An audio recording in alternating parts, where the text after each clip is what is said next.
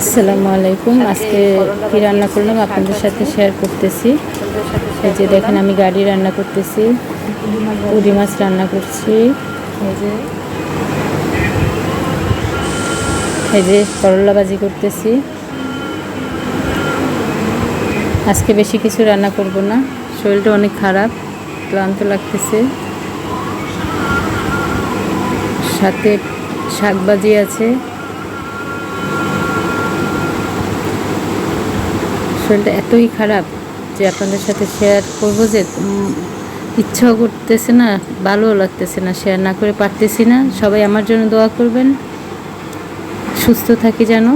প্রচণ্ড গলা ব্যথা, গরম ঠান্ডা মিলে